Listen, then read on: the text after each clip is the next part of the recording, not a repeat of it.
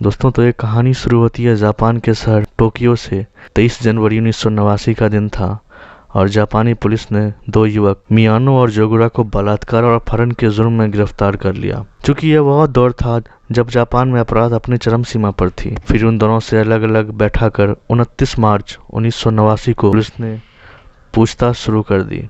बात यह थी कि पुलिस को उनके अड्डे पर लड़कियों के अंडरवियर मिले थे और उसी दौरान पुलिस ने पूछताछ के दौरान तीर अंधेरे में मार दी। पुलिस ने उन्हें बताया कि उन्हें सब पता है, उन दोनों ने मिलकर एक हत्या को अंजाम दिया है, जिससे मियानो को लगा कि उसके दोस्त ओगुरा ने जुल्म कबूल कर लिया और वे लोग फंस चुके हैं। फिर वो उनसे स्वतः फुरुता की हत्या का सच्चाई कबूल करने लगे। तो फुरुता कौन थी, इसके बारे में आपको आगे बताऊंगा। यहाँ आता है कहानी में ट्विस्ट। दरअसल पुलिस उन दोनों से एक अलग मर्डर मिस्ट्री के बारे में पूछताछ कर रही थी, जो कि एक महिला और उसके बेटे का हुआ था।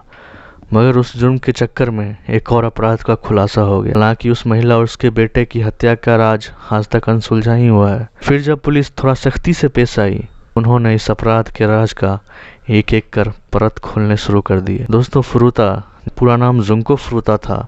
उनका जन्म 18 जनवरी 1971 को मिसातो सैतामा प्रांत में हुआ था। वह याशियो मियामी हाई स्कूल में पढ़ा करती थी।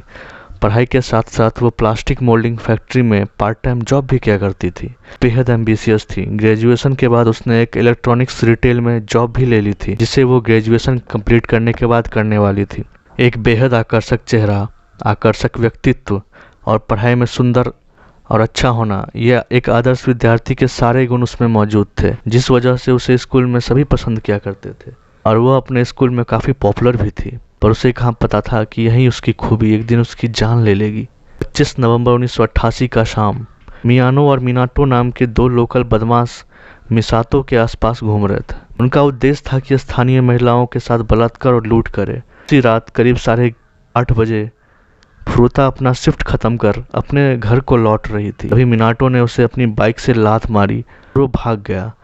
तभी पीछे से उसका दोस्त मियानो उसे हमले के बहाने बातचीत की और उसे घर चलने का बाइक पर ऑफर दिया। चूंकि वो उसके स्कूल का ही था तो फुरुता ने ज़्यादा सोच विचार न करते उसकी बात मान ली। मगर उसे कहाँ पता था कि वो उसके साथ आगे क्या होने वाला है।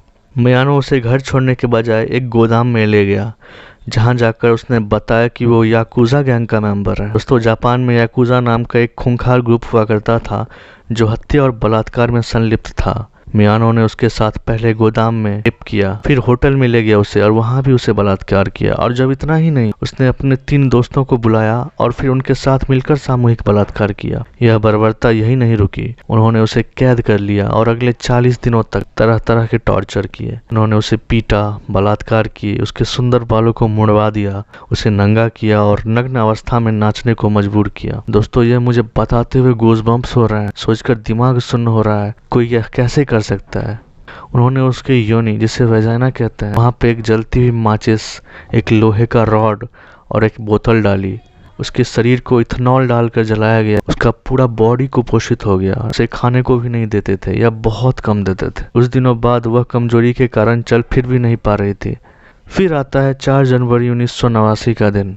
दरअसल महजोंग सोलिटेयर नाम के गेम में मियानो ने काफी पैसा हार गया था, जिसकी वजह से वो काफी गुस्से में था। तो उसने अपना गुस्सा जुंको पर उतारने का फैसला किया। उन्होंने अपने दोस्त के साथ मिलकर समूह में जुंको को लात मारा, जलती हुई मोमबत्ती उसके शरीर पर और आंखों पर गिराई और अपना यूरिन पीने को मजबूर किया। वह लगातार उसे पीटते रहे और अंततः जुंको की मृत्यु हो गई। इसने जब उन लोगों को उसकी डेड बॉडी के बारे में पूछताछ की तो उन्होंने बताया कि उन्होंने पहले उसके बॉडी को कंबल में लपेटा, फिर उसे एक बैग में डाल दिया और उसे 55 गैलन के ड्रम में डालकर ऊपर से कंक्रीट से सील कर दिया। जब पुलिस वहां डेड बॉडी के पास पहुंची तो उन्हें गला हुआ बॉडी मिला, परंतु उंगलियों के निशान से लाश की शिनाख्त की गई। 1 अप्रैल 1989 को ओगुरा को पुलिस ने गिरफ्तार कर लिया और फिर बाद में उसके अन्य दोस्त वतनबे, मिनाटो और मिसातो को भी गिरफ्तार कर। दरअसल ये सभी लोग शामिल थे इस अपराध में।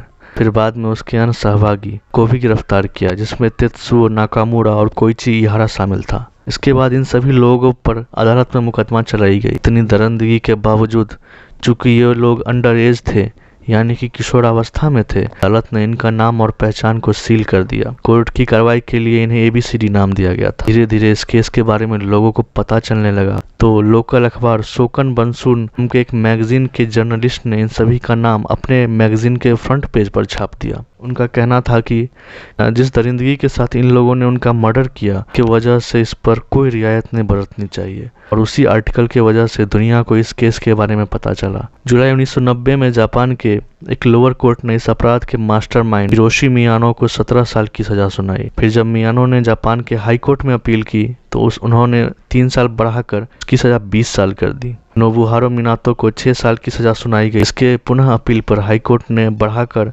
9 साल कर दिया। उसके अन्य सहयोगी वतनबे और ओगुरा, इन दोनों को 3 साल और ओगुरा को 8 साल का बाल कारावास में सेवा करने को कहा गया।